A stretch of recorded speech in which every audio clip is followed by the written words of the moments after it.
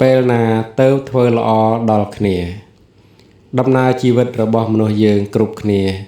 មិនខុសពីការធ្វើដំណើរដោយជិះក្នុងរថយន្តឈ្នួលទេបើនរណាម្នាក់ដល់គោលដៅក៏បានចុះមុនគេទៅបើនរណាម្នាក់មិនទាន់ដល់គោលដៅទេក៏ត្រូវបន្តដំណើរដោយរថយន្តឈ្នួលនេះរហូតទាល់តែដល់គោលដៅទើបចុះឧទាហរណ៍ថាការរស់នៅរបស់មនុស្សយើងគ្រប់គ្នាក្នុងពិភពលោកនេះប្រៀបដូចជាការរស់នៅក្នុងផ្ទះជួលអញ្ចឹងដែរយើងត្រូវចេញពីផ្ទះមួយទៅរកផ្ទះជួលមួយទៀត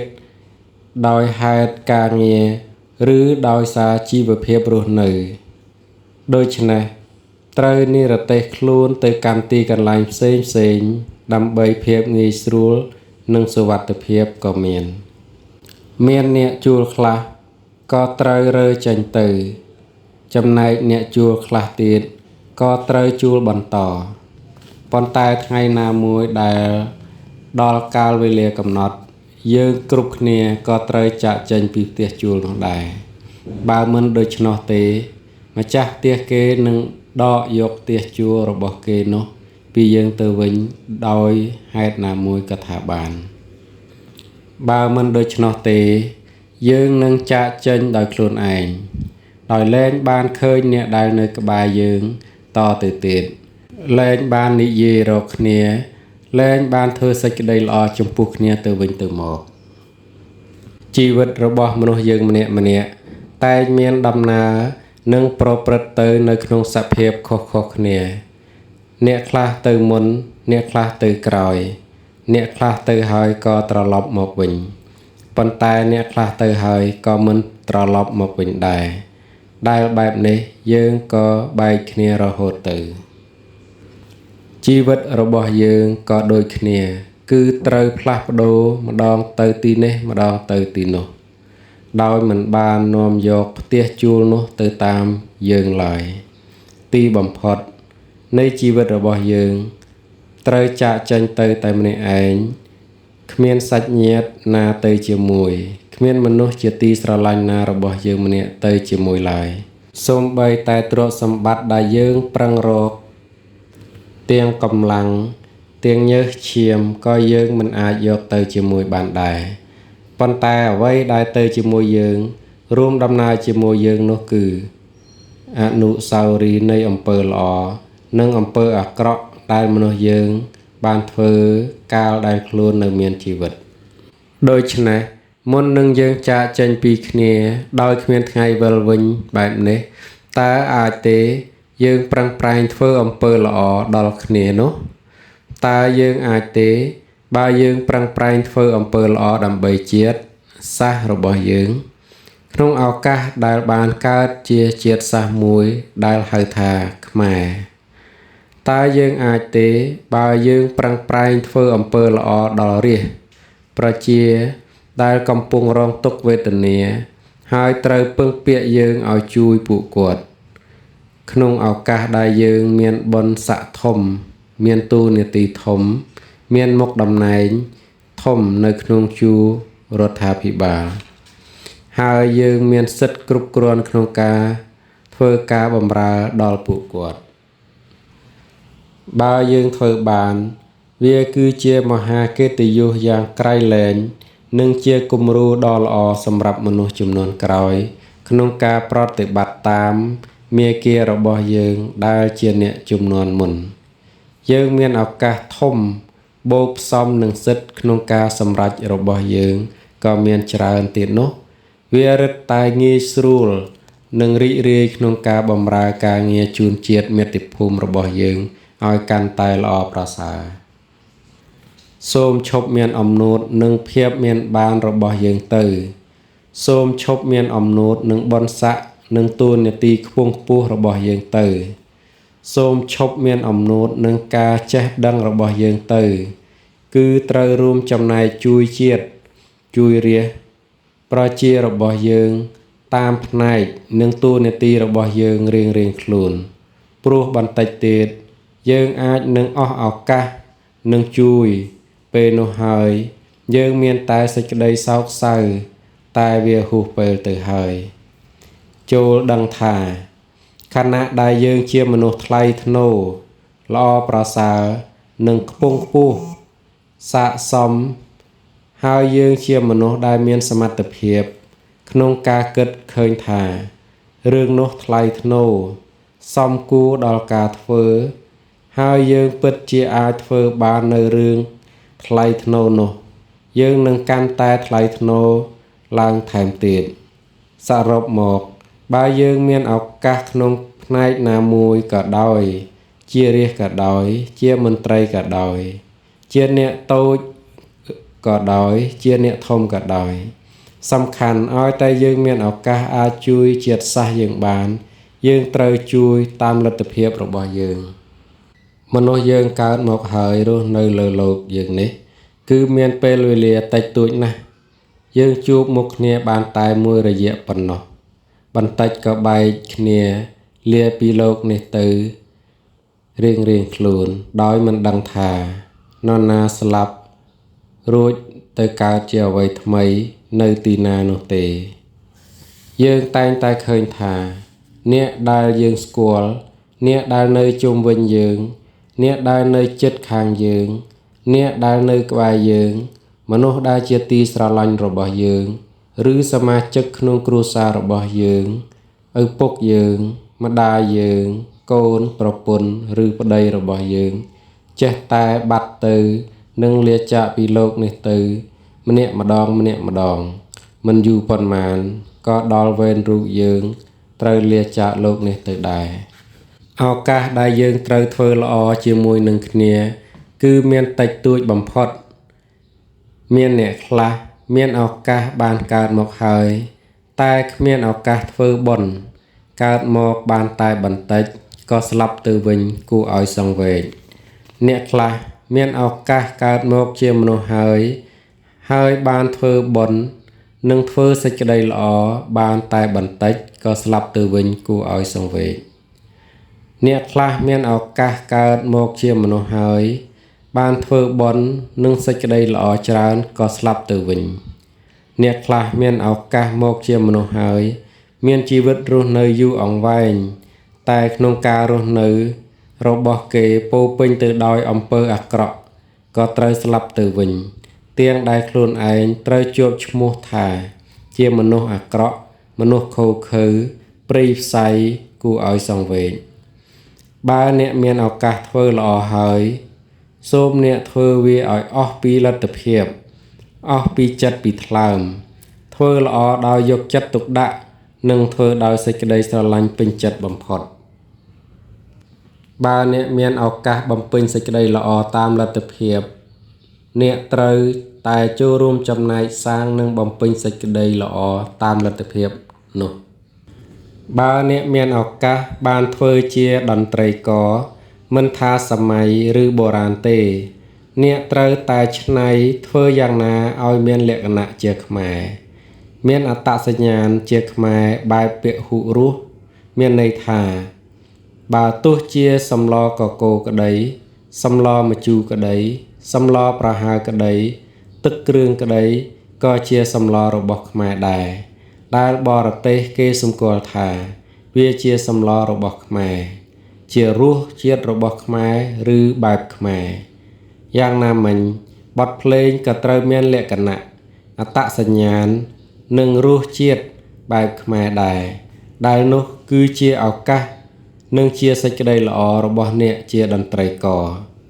បើអ្នកមានឱកាសបានធ្វើជាអ្នកនិពន្ធមិនថាអ្នកជាអ្នកនិពន្ធចម្រៀងអ្នកនិពន្ធសៀវភៅឬអ្នកនិពន្ធកំណាព្យឬអ្នកនិពន្ធប្រលោមលោកទេរឿងដែលអ្នកមិនអាចចោលបាននោះគឺការផ្ដល់គំនិតបែបវិជ្ជមានអប់រំស្នេហាជាតិគំនិតស្នេហាយុត្តិធម៌សច្ចធម៌សាមគ្គីនិងភាពត្រឹមត្រូវហើយអ្វីដែលពិសេសជាងនោះគឺគំនិតនិងការអប់រំឲ្យមនុស្សមានក្រមសីលធម៌គុណធម៌និងសុជីវធម៌តួនាទីរបស់អ្នកនិពន្ធនីមួយៗត្រូវផ្ដល់ការអប់រំតាមវិធីសិល្បៈនិងបច្ចេកទេសនៃការអប់រំរៀងៗខ្លួនបើអ្នកមានឱកាសធ្វើជាពេទ្យមិនថាជាពេទ្យជាបាលសត្វ ឬពេទ្យព្យាបាលមនុស្សមិនថាអ្នកបម្រើការងារនៅពេទ្យរដ្ឋឬឯកជននោះទេសេចក្តីល្អនិងតួនាទីល្អដែលអ្នកត្រូវធ្វើនោះគឺការជួយសង្គ្រោះជីវិតឲ្យរួចផុតពីសេចក្តីស្លាប់ការចេះមានវិជ្ជាជួយសង្គ្រោះជីវិតមនុស្សឬសត្វមិនមែនគ្រប់គ្នាសុទ្ធតែធ្វើបាននោះទេគឺសុទ្ធតែជាបុណ្យសុទ្ធតែជានិស្ស័យល្អរបស់អ្នកដែលបានសាងទុកពីមុនមកដូច្នេះសូមកុំឲ្យនិស្ស័យបុណ្យល្អនេះក្លាយជានិស្ស័យបាបឲ្យសោះបើអ្នកមានឱកាសធ្វើជាចៅក្រមមេធាវីក្រឡាបញ្ជីឬជាអ្នកប្រាជ្ញដែលចេះចាំច្បាប់មាត្រាក្រមក្រឹត្យឬអ្នកជំនាញច្បាប់ឬក៏ជាអ្នកអនុវត្តច្បាប់អ្នកមានឱកាសដ៏ល្អក្នុងការវែកញែករកការខុសនិងត្រូវយុត្តិធម៌និងអយុត្តិធម៌សច្ចធម៌និងមិនសច្ចធម៌បានយ៉ាងច្បាស់លាស់ជាងនរណាទាំងអស់ប៉ុន្តែយ៉ាងណាសូមកុំឲ្យការចេះចាំការចេះដឹងការខំប្រឹងប្រែងរៀនសូត្រក្នុងបំណងគឺថាបម្រើការងារដោយស្មោះត្រង់ដើម្បីជួយជនស្លូតត្រង់ពិតប្រាកដនោះក្លាយជារឿងដែលប្រព្រឹត្តផ្ទុយពីបំណងនេះឲ្យសោះត្បិតអីច្បាប់គឺការពារជនស្លូតត្រង់ការពារជនដែលគ្មានកំហុសមិនមែនការពារជនអាក្រក់ឬការពារជនកោងកាចឬស្យាដែលល្មើសនឹងច្បាប់យ៉ាងកក្លឺនោះទេសូមកុំឲ្យឱកាសនៃការធ្វើរឿងដែលមានប្រយោជន៍របស់អ្នកក្លាយទៅជាឱកាសដែលអ្នកប្រព្រឹត្តអាក្រក់ឲ្យសោះមនុស្សស្លូតត្រង់និងត្រឹមត្រូវនឹងបានស្គាល់ពាក្យថាយុត្តិធម៌ប្រសិនបើអ្នកដែលប្រកាន់ភ្ជាប់នៅយុត្តិធម៌ត្រឹមត្រូវនោះបើអ្នកមានឱកាសបានធ្វើជាមន្ត្រីរាជការមិនថាជាមន្ត្រីរាជការក្នុងក្រសួងឬស្ថាប័នណាឬមិនថាជាមន្ត្រីមានឋានៈតួនាទីអ្វីនោះទេក្នុងនាមជាមន្ត្រីដែលបម្រើរាជអ្នកមានឱកាសច្រើនទាំងស្នាដៃសម្រាប់បម្រើជាតិទាំងការធ្វើសេចក្តីល្អជូនប្រជាពលរដ្ឋដោយចិត្តស្មោះសរយ៉ាងណាក្តីបើអ្នកមិនមានតំណែងឋានៈតួនាទីក្តីសំខាន់ឲ្យតែអ្នកកើតមកជាមនុស្សហើយមានចិត្តនិងបេះដូងជាមនុស្សនោះចាត់ទុកថាអ្នកមានឱកាសធ្វើសេចក្តីល្អបានហើយការកើតមកជាមនុស្សតែងតែខុសខ្លះត្រូវខ្លះជារឿងធម្មតានរណាដែលថាមិនខុសនរណាដែលថាត្រូវរហូតនោះតែយ៉ាងណាសូមកុំឲ្យខុសច្រើនជាងត្រូវអីសូមឲ្យតែត្រូវច្រើនជាងខុសទៅជាការល្អដើម្បីរស់នៅដោយសុខសាន្តយើងមិនមែនខុសម្ដងហើយម្ដងទៀតដដែលដោយមិនកែប្រែនៅកំហុសនោះទេមនុស្សខុសហើយចេះកែនោះទៅគេហៅថាមនុស្សព្រោះមនុស្សកើតមកពីពាក្យថាមនៈមានន័យថាចិត្តឬការគិតបូកផ្សំជាមួយនឹងឧសៈមានន័យថាប្រសើរឧត្តមប្រពៃសរុបបញ្ចូលគ្នាមកពាក្យថាមនុស្សមានន័យថាអ្នកមានចិត្តឬការគិតប្រសើរដល់ប្រពៃយើងមិនចាំបាច់ស្វែងរកមនុស្សល្អមកពីណាទេប៉ុន្តែយើងត្រូវធ្វើជាមនុស្សល្អចាប់ពីខ្លួនយើងម្នាក់ទៅទោះយើងនឹងជួបមនុស្សល្អដទៃទៀតកាន់តែច្រើនឡើងមានតែយើងទេដែលមានចិត្តដ៏ប្រពៃមានតែយើងទេដែលជាមនុស្សល្អដោយការធ្វើអំពើល្អមុនគេការធ្វើអំពើល្អមិនពិបាកទេការធ្វើអំពើល្អមិនចាំបាច់មានហេតុផលច្រើនទេការធ្វើអំពើល្អមិនចាំបាច់ត្រូវតែមានផលតបស្នងទេប៉ុន្តែគ្រាន់តែដឹងថាការធ្វើអំពើល្អគឺជាតួនាទីដែលមនុស្សគ្រប់គ្នាត្រូវតែធ្វើល្អដល់គ្នានឹងគ្នាដើម្បីរស់នៅឲ្យគប្បីនឹងពិភពលោកនេះប៉ុណ្ណោះហើយនៅពេលស្លាប់ទៅវិញក៏គប្បីនឹងពិភពលោកនេះដែរធ្វើអំពើល្អឲ្យហើយទៅ យើងគ្មានឱកាសច្រើនទេយើងគ្មានឱកាសធ្វើល្អដល់មនុស្សដូចគ្នាច្រើនទេយើងអាចធ្វើល្អបានដោយងាយគឺថានៅតាមផ្លូវដែលយើងធ្វើដំណើរយើងគ្រាន់តែញញឹមក៏ឈ្មោះថាធ្វើអំពើល្អយើងគ្រាន់តែស្រឡាញ់រុក្ខជាតិរក្សាការពារព្រៃឈើឲ្យគង់វង្ស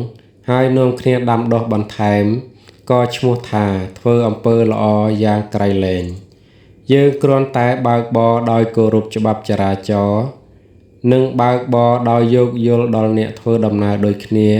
ក៏ឈ្មោះថាអំពើល្អយើងគ្រាន់តែប្រើពាក្យសម្ដីដោយពីរោះពាក្យមានប្រយោជន៍មិនមែនជាពាក្យចាក់រុកក៏ឈ្មោះថាធ្វើអំពើល្អសូម្បីតែការគិតអំពីរឿងល្អៗរឿយៗក៏ឈ្មោះថាអំពើល្អដែរតាមពិតទៅអំពើល្អនៅតាមផ្លូវមានច្រើនណាស់ដែលយើងត្រូវធ្វើសូមកុំមើលឃើញតែផ្នែកអាក្រក់ហើយបន្ទោសថាមកពីយ៉ាងនេះឬយ៉ាងនោះ